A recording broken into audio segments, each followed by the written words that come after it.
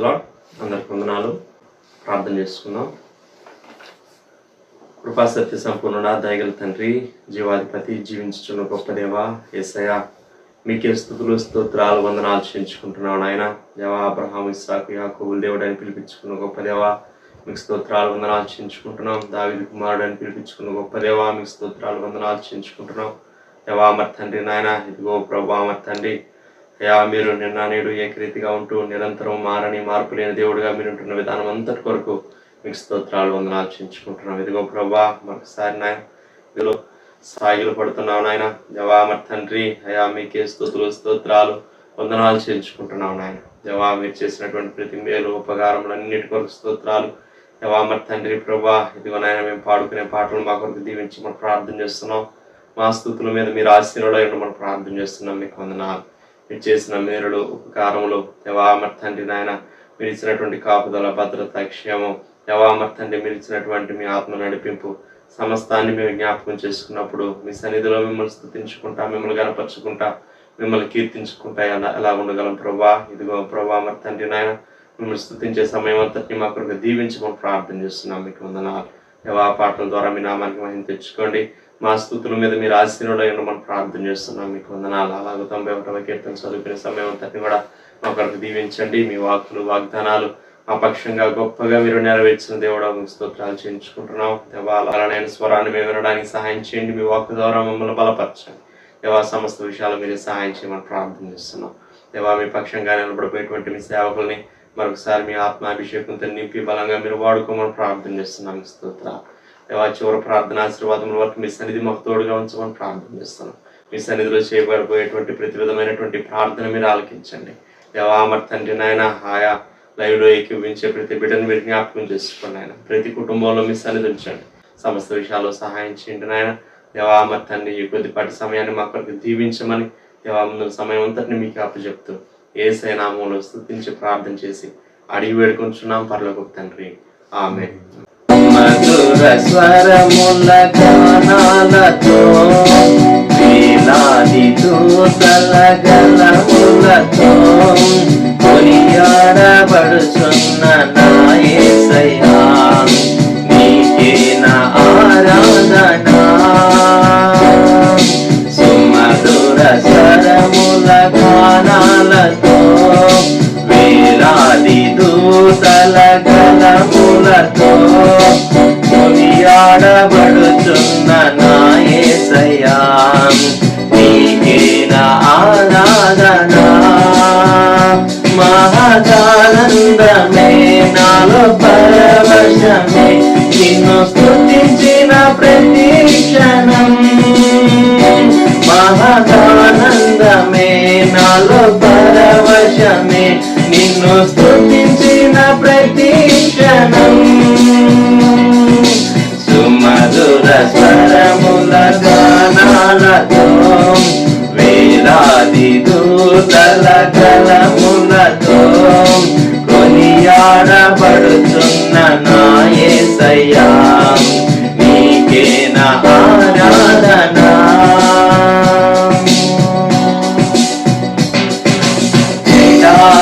త్రోవలో నడచినా, ఎరుగని మార్గములో నన్ను నడిపినా, నా ముందు నడచిన జయ వీరుడా, నా విజయ సంకేతమా. ఎడారి త్రోవలో నడచినా, ఎరుగని మార్గంలో నన్ను నడిపినా, నా ముందు నడచిన జయ వీరుడా, నా విజయ సంకేతమా. నీవే నీవే నా ఆనందము, నీవే నీవే నా ఆధారము, నీవే నీవే నా ఆనందము, నీవే నా ఆధారము. సుమధుర స్వరముల గానాలతో వేలాది దూతల గళములతో కొనియాడబడుచున్న నా యేసయ్యా, నీకే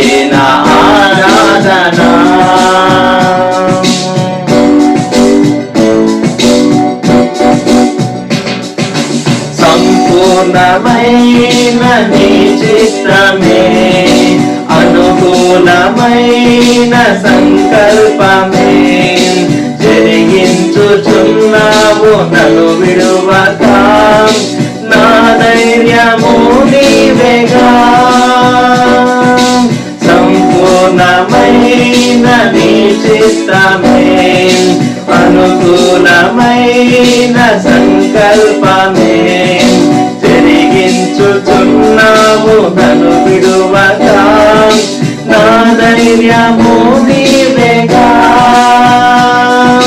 నీవే నీవే నా జయ గీతము నీవే నీవే నా స్తుతి గీతము నీవే నీవే నా జయ గీతము నీవే నా స్తుతి గీతము సుమధుర స్వరముల గానాలతో వేలాది దూతల గలములతో కొనియాడబడుచున్న నా యేసయ్యా నీకే నా ఆరాధన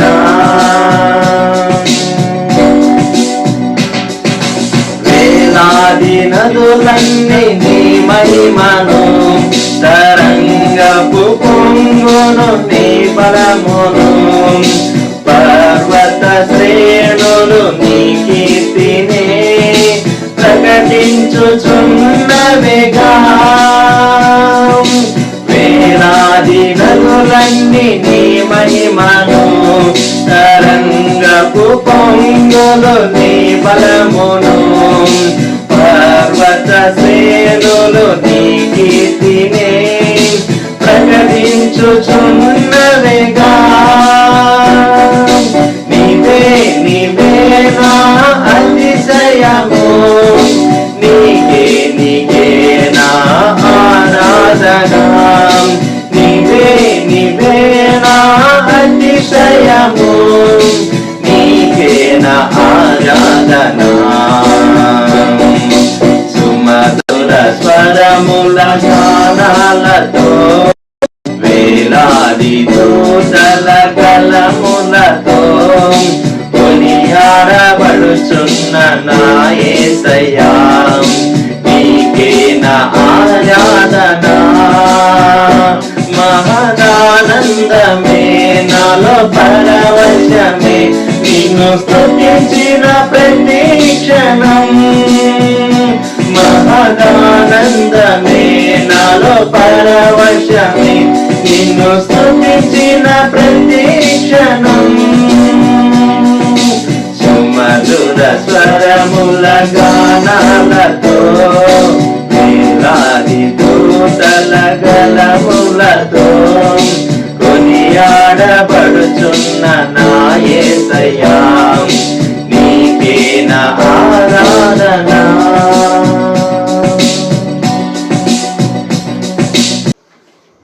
ప్రకారంగా 91వ కీర్తన చదువుకుందాం పిల్లరా. మహోన్నతుని చాటున నివసించువాడే సర్వశక్తి నీడను విశ్రమించువాడు. మహోన్నతుని చాటున నివసించువాడే సర్వశక్తి నీడను విశ్రమించువాడు. ఆయనే నాకు ఆశ్రయము నా కోట నేను నమ్ముకున్న నా దేవుడని నేను యెహోవాను గురించి చెప్పుచున్నాను. ఆయనే నాకు ఆశ్రయము నా కోట నేను నమ్ముకున్న నా దేవుడని నేను యెహోవాను గురించి చెప్పుచున్నాను. వేటకాని ఊరిలో నుండి ఆయన నిన్ను విడిపించును, నాశనకరమైన తెగులు రాకుండా నిన్ను రక్షించును. వేటకాని ఊరిలో నుండి ఆయన నిన్ను విడిపించును, నాశనకరమైన తెగులు రాకుండా నిన్ను రక్షించును. ఆయన తన రెక్కలతో నిన్ను కప్పును, ఆయన రెక్కల క్రింద నీకు ఆశ్రయం కలుగును. ఆయన సత్యము కీడమును డాలునై ఉన్నది. ఆయన తన రెక్కలతో నిన్ను కప్పును, ఆయన రెక్కల కింద నీకు ఆశ్రయం కలుగును. ఆయన సత్యము కేడమును డాలునై ఉన్నది. రాత్రి వేళ కలుగు భయమునకైనను, పగటి వేళ ఎగురు భారమునకైనను, రాత్రి వేళ కలుగు భయమునకైనను, పగటి వేళ ఎగురు బాణమునకైనను, చీకటిలో సంచరించు తెగులునకైనను, మధ్యాహ్నమందు పాడు చేయు రోగమునకైనను నీవు భయపడుకుందువు. చీకటిలో సంచరించు తెగులుకైనను, మధ్యాహ్నమందు పాడు చేయి రోగమునకైనను నీవు భయపడకుందువు. నీ ప్రక్కన 1000 మంది పడినను, నీ కుడి పక్కన 10,000 మంది కూలినను అపాయం నీ ఎదుకు రాదు. నీ ప్రక్కన 1000 మంది పడినను, నీ కుడి ప్రక్కన 10,000 మంది కూలినను అపాయం నీ ఎదుకు రాదు. నీవు కనులారా చూచుచుండగా భక్తిహీనులకు ప్రతిఫలం కలుగును. నీవు కనులారా చూచుండగా భక్తిహీనులకు ప్రతిఫలం కలుగును. యెహోవా నీవే నా ఆశ్రయము అని నీవు మహోన్నతుడైన దేవుని నీకు నివాస స్థలంగా చేసుకుని ఉన్నావు. యెహోవా నీవే నా ఆశ్రయము అని నీవు మహోన్నతుడైన దేవుని నీకు నివాస స్థలముగా చేసుకుని ఉన్నావు. నీకు అపాయం ఏమీ రాదు, ఏ తెగులును నీ గుడారము సమీపించదు. నీకు అపాయం ఏమీ రాదు, ఏ తెగులును నీ గుడారమును సమీపించదు. ఈ మార్గములన్నిటిలో నిన్ను కాపాడుటకు ఆయన నిన్ను గూర్చి తన దూతలకు ఆజ్ఞాపించును. నీ మార్గములన్నిటిలో నిన్ను కాపాడుటకు ఆయన నిన్ను గూర్చి తన దూతలకు ఆజ్ఞాపించును. నీ పాదములకు రాయి తగలకుండా వారు నిన్ను తమ చేతుల మీద ఎత్తి పట్టుకుందరు. నీ పాదములకు రాయి తగలకుండా వారిని తమ చేతుల మీద ఎత్తి పట్టుకుందరు. నీవు సింహములను నాగుపాములను త్రొక్కెదవు, కదమ సింహములను భుజంగములను అనగద్రొక్కెదవు. నీవు సింహములను నాగుపాములను త్రొక్కెదవు, కదమ సింహములను భుజంగములను అనగద్రొక్కెదవు. అతడు నన్ను ప్రేమించుచున్నాడు గనుక నేను అతన్ని తప్పించదను, అతడు నా నామం ఎరిగిన వాడు గనుక నేను అతని గణపరచదను. అతడు నన్ను ప్రేమించుచున్నాడు గనుక నేను అతను తప్పించదును, అతడు నా నామం ఎరిగిన వాడు గనుక నేను అతను గణపరచదను. అతడు నాకు మొరపెట్టగా నేను అతనికి ఉత్తరం ఇచ్చదను, శ్రమలో నేను అతనికి తోడై ఉండేదను, అతని విడిపించి అతని గొప్ప చేసేదను. అతడు నాకు మొరపెట్టగా నేను అతనికి ఉత్తరం ఇచ్చేదను, శ్రమలో నేను అతనికి తోడై ఉండేదను, అతని విడిపించి అతని గొప్ప చేసేదను. దీర్ఘాయు చేత అతనిని తృప్తిపరచదను, నా రక్షణ అతనికి చూపించదను. దీర్ఘాయువు చేత అతని తృప్తిపరచదును, నా రక్షణ అతనికి చూపించదును. ఆమేన్. దేవుని వాక్యం విందాం ప్రియులారా. దైవజనులు ప్రభుదాసంతులు గారు ఇచ్చి మనకు దేవుని వాక్యం అందిస్తారు. ప్రియమైన వారులారా, ఆన్లైన్లో ఏకీవిస్తున్నటువంటి ప్రియమైన దేవుని బిడ్డలందరికీ శుభములు, వందనములు తెలియపరుస్తూ ఉన్నాం. యెషయా గ్రంథం 11వ అధ్యాయం మొదటి వచనం. Isaiah chapter 11 and verse 1. యెషయి మొద్దు నుండి చిగురు పుట్టును, వారి వేరుల నుండి అంకురము ఎదిగి ఫలించును. ప్రార్థన. ప్రేమగల మా తండ్రి, పరిశుద్ధ దేవ, మీకు వందనములు, స్తోత్రము.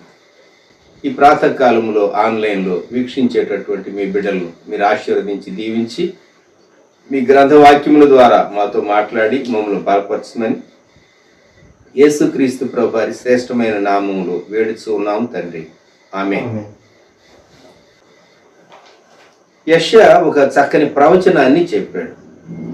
యెషయి మొద్దు నుండి చిగురు పుట్టును, వాని వేరుల నుండి అంకురము ఎదిగి ఫలించు.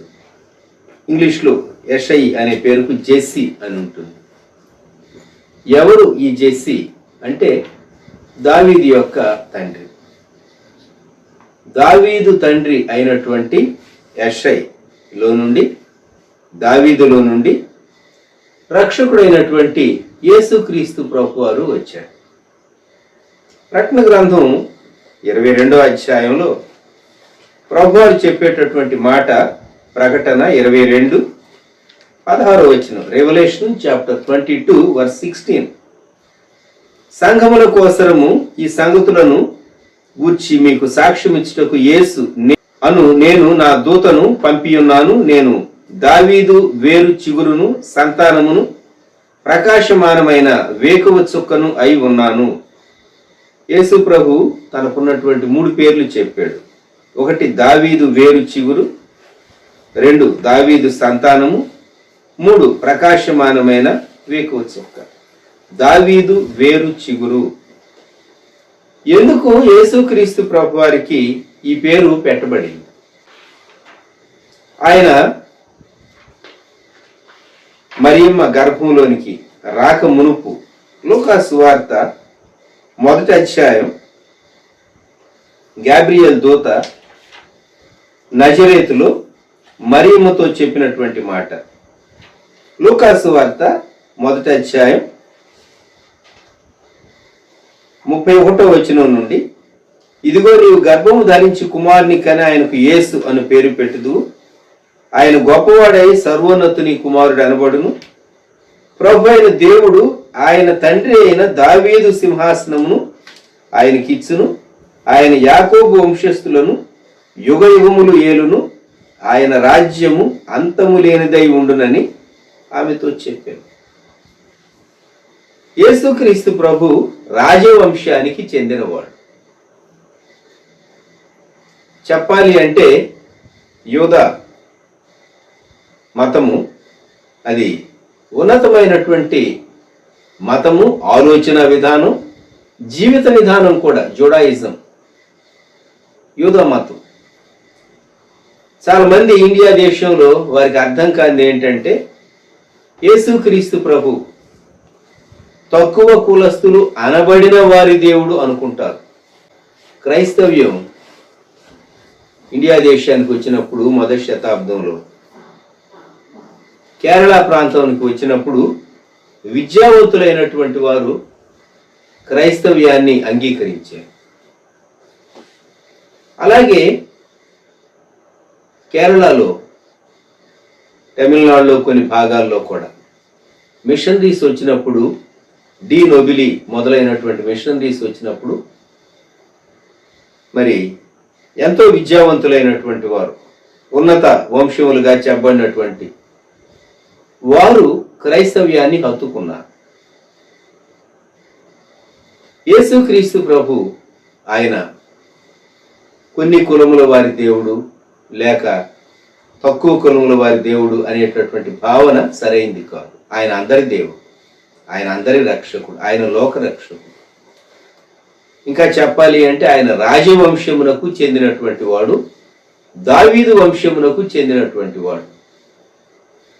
ఇంకా వెనక్కి వెళితే దావీదు తండ్రి యెషై, జెస్సి బెత్లెహేముకు సంబంధించినటువంటి వ్యక్తి కనుక జెస్సి యొక్క సంతానములో నుండి వచ్చినటువంటి దావీదు కుమారుడుగా ప్రభు అయినటువంటి యేసుక్రీస్తు వారు పిలువబడ్డాడు.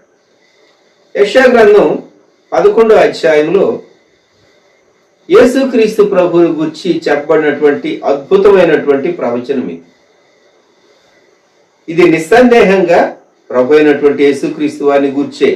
ఆ క్రింద 2వ వచనంలో, మిగిలిన వచనాల్లో చూస్తే 2, 3, 4 వచనాలు యెహోవా ఆత్మ జ్ఞాన వివేకములకు ఆధారముగా ఆత్మ, ఆలోచన బలములకు ఆధారముగా ఆత్మ, తెలివిని యెహోవా ఎల్ల భయభక్తులను పుట్టించే ఆత్మ అతని మీద నిలుచును. యెహోవా భయం అతనికి ఇంపైన సువాసనగా ఉండును. కంటి చూపును బట్టి అతడు తీర్పు తీర్చడు, తాను వినుదానిని బట్టి విమర్శ చేయడు. నీతిని బట్టి బీదలకు తీర్పు తీర్చును. భూనివాసుల్లో దీనులైన వారికి యథార్థముగా విమర్శ చేయును అని ఇలాగూ యేసుక్రీస్తు ప్రభువారిని గుర్చిన శ్రేష్టమైనటువంటి ప్రవచన భాగాలు యెషయా ముందుగానే వ్రాశాడు. గమనించండి, యేసు ప్రభువారు ఈ భూమి మీద జన్మించేటటువంటి కాలానికి వీరికి సింహాసనమే లేదు. రాజవంశమే, కానీ వీరికి సింహాసనమే లేదు. అంతేకాదు అనుకునేటటువంటి వారు, గుర్తించేటటువంటి వారు లేరు కదా. ఇంకా చెప్పాలి అంటే నజరేతులో దావీదు ఊరికి వచ్చినప్పుడు సత్రం ఉన్నది. అక్కడ సత్రంలో వీరికి స్థలం లేదు. దావీదు రాజు అయిన తరువాత తమ పితరుని యొక్క గృహం అది చౌల్ట్రీగా సత్రంగా మార్చేశారు, సత్రంగా వాడుకోవటానికి. ఆశ్చర్యం ఏంటంటే ఏ గృహం అయితే సత్రంగా ఉండటానికి ప్రజోపయోగం కొరకు వారు ఇచ్చారో ఆ వంశీయులు వచ్చినప్పుడు వారికి సత్రంలో స్థలం లేదన్నారు. ఆశ్చర్యం కదా. సృష్టికర్త అయినటువంటి దేవాది దేవుడు నిన్ను నన్ను ప్రేమించి మనల్ని ఆశీర్వదించి దీవించి మనకు జన్మ, ఆయుష్కాలము, ఆరోగ్యము, కృపలన్నీ ఇచ్చి మనల్ని ఈ స్థితిలో ఉంచితే ఆయన మన హృదయంలో చోటు అడిగినప్పుడు మనం నిరాకరించేటటువంటి వారంగా ఉన్నాం. కొన్ని మార్లు, చాలాసార్లు యేసు ప్రభువుని అంగీకరించడానికి మనం ఆయన్ను వెయిట్ చేయమన్నాం. వెంటనే ఆయనకు లోబడలేదు. లోబడినటువంటి వారు ఇంకా కోట్ల కొలదిగా ఉన్నారు ప్రపంచమందంతటా కాదా. ఈ ఉదయకాలం యెషయి మొద్దు నుండి పుట్టినటువంటి చిగురు.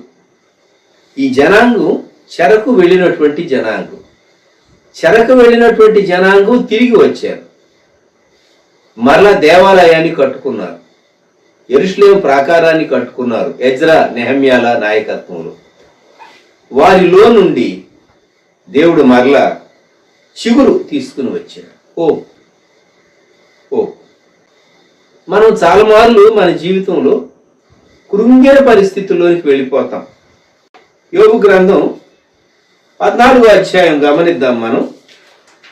యోబు గ్రంథం 14వ అధ్యాయం మొదటి నుండి. స్త్రీ కనిన నరుడు కొద్ది దినముల వాడై మిక్కిలి బాధ నొందును. పువ్వు వికసించినట్లుగా వాడు పెరిగి వాడిపోవును. నీడ కనబడకపోవునట్లు వాడు నిలువక పారిపోవును. అట్టి వాని మీద నీవు కనుదృష్టి ఉంచి ఉన్నావు. తీర్పు నొందుటకై నన్ను నీ ఎదుటికి రప్పించి ఉన్నావు. పాపసహితునిలో నుండి పాపరహితుడు పుట్టగలిగిన యతమేలు, అలాగున ఎవడును పుట్టనేరడు. నరుని ఆయుష్కాలము పరిమితి కలది, వారి నెలల సంఖ్య నీకు తెలిసే ఉన్నది. మించజాలని వయ పరిమాణమును నీవు వారికి నియమించి ఉన్నావు. కూలివారి వలె తమకు నియమింపబడిన పనిని వారు ముగించు వరకు వారు విశ్రమము నొందుతున్నట్లు వారి వైపు చూడక ఉండుము. 7వ వచనం గమనించండి. వృక్షము నరకబడిన ఎడల అది తిరిగి చిగుర్చుననియు దానికి లేత కొమ్మలు వేయుననియు నమ్మకం కలదు. దాని వేరు భూమిలో పాతదైపోయినను దాని అడుగు మొద్దు మంటిలో చీకిపోయినను నీటి వాసన మాత్రము చేత అది చిగుర్చును. లేత మొక్క వలె అది కొమ్మలు వేయును. యోబు తనను మొద్దుతో పోల్చుకున్నాడు. మొద్దైన చెట్టు కొట్టివేయబడితే దేవా మొద్దు మిగిలుంటుంది. అటువంటి మొద్దు సహా నీటి వాసన చేత అది చిగురిస్తుంది. మరి నరులో 10వ వచనం. అయితే నరులు మరణమై కదలలేక పడియుందురు. నరులు ప్రాణము విడిచిన తరువాత వారు ఏమైపోవుదురు? ప్రశ్న వేశాడు దేవుని.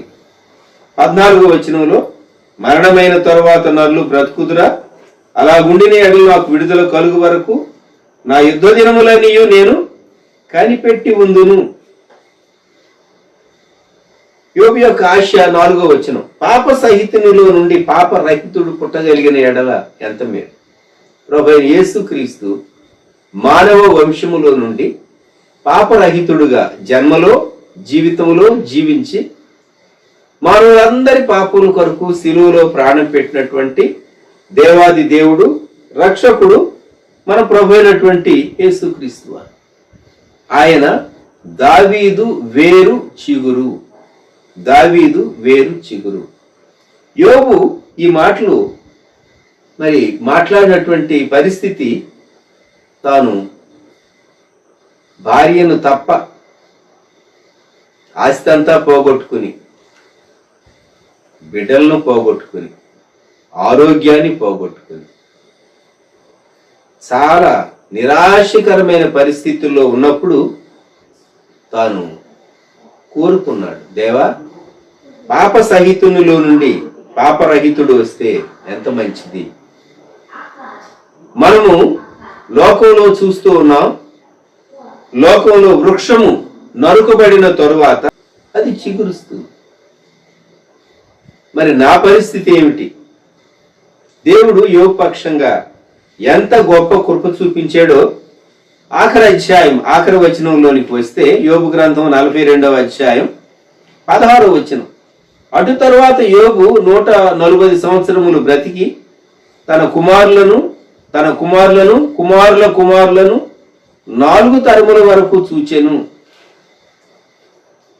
మనుషుల యొక్క అక్రమాన్ని బట్టి మానవుని జీవిత కాలం 120 సంవత్సరాలు అవుతుంది అని దేవుడు అన్నాడు నోవహు జలప్రళయ సందర్భంలో.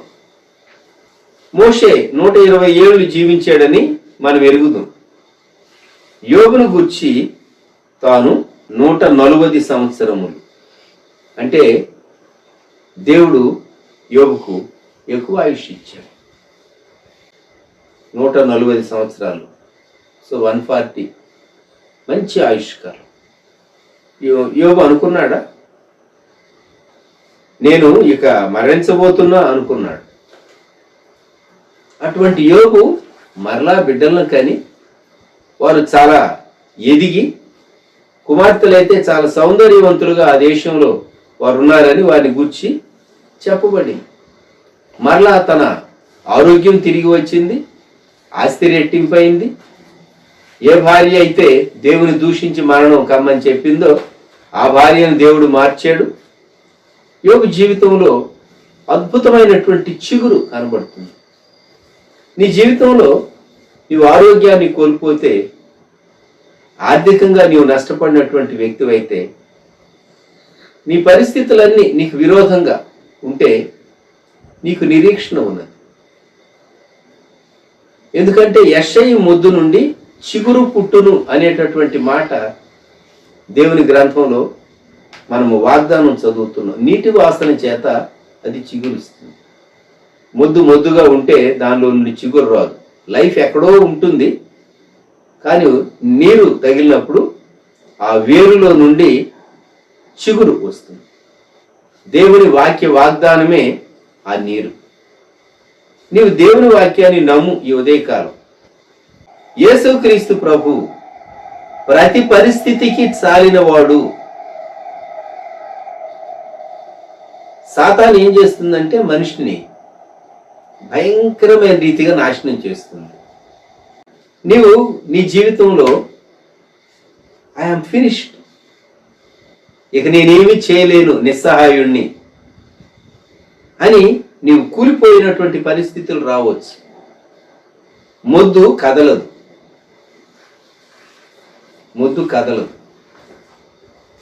అలాగే నీవు కూడా అచేతనుడుగా, జీవం లేనటువంటి వ్యక్తిలాగా ఒక అడుగు ముందుకు వేయలేక, ఒక తీర్మానం చేయలేక, ఒక యాక్టివిటీ చేపట్టలేక నీ జీవితంలో నీవు స్టాండ్ స్టిల్, అలాగే ఏమీ చేయలేనటువంటి నిస్సహాయ స్థితిలో ఉన్నావేమో. ఈ ఉదయకాలం దేవుని వాక్యం నీకు ఇచ్చేటటువంటి ఆదరణ ఏంటంటే, యెషయి మొద్దు నుండి చిగురు పుట్టు. ఎవరైనా అనుకున్నారా చెరకు వెళ్ళినటువంటి యూదా జనాంగం తిరిగి వస్తుందని? అంతేకాదు, దేవుడు వాగ్దానం చేశాడు, ఆ జనాంగంలో నుండి రక్షకుడైనటువంటి యేసుక్రీస్తు ప్రభువారు తిరిగి వచ్చాడు. యూదా జనాంగంలో నుండి ఆయన యూదుడు. అబ్రహాము, ఇస్సాకు, యాకోబులకు వాగ్దానం చేసినటువంటి వాగ్దానాలను నెరవేర్చాడు ఆయన. ఎంత గొప్ప దేవుడు! అంతము లేనటువంటి రాజ్యము ప్రభు అయినటువంటి యేసుక్రీస్తు వారి రాజ్యం. ఆయన రాజ్యము అంతము లేనిదయుండును అనే వాగ్దానం యేసుక్రీస్తు ప్రభు యొక్క రాజ్యం పక్షంగా నెరవేరుతున్నది. అది హృదయాల్లో ఉన్నటువంటి రాజ్యం. భూ సంబంధమైన రాజ్యాలు అయితే చరిత్ర పుటల్లోనికి వెళ్ళిపోతాయి. భూ సంబంధమైన రాజ్యాలైతే పలానప్పుడు పలానా రాజు పరిపాలించాడు, ఆయన వేయించినటువంటి శిలాశాసనము, పలానా రాజు పలాంది కట్టించాడు, ఇదిగో ఇన్ని వందల ఏళ్ళయింది ఆ శిథిలాలు ఇవి అని ఆ శిథిలాలు, లేకుంటే ఆ ఆనవాళ్ళు, లేక ఆ కొన్ని వస్తువులు, అవన్నీ మనం చూస్తూ ఉండవచ్చేమో. కానీ యేసుక్రీస్తు ప్రభు వారు కట్టింది ఆత్మ సంబంధమైనటువంటి రాజ్యం. ఆ సాతాను చెరపట్టినటువంటి మానవుని ఆత్మను విడిపించాడు. ఆయన శిలువలో ప్రాణం పెట్టి మనల్ని కొన్నాడు. నిన్ను నన్ను కొన్నాడు. తన కుమారుడుగా, కుమార్తెలుగా చేసుకున్నాడు. మన హృదయాల్లో దేవుని సుస్థిరమైనటువంటి స్థానం, సింహాసనాన్ని ఆయన స్థాపించాడు. మన హృదయ సింహాసనానికి రాజు, రక్షకుడైనటువంటి యేసుక్రీస్తు ప్రభువు. ఆయనే దావీదు వేరు చిగురు. దావీదు వేరు చిగురు.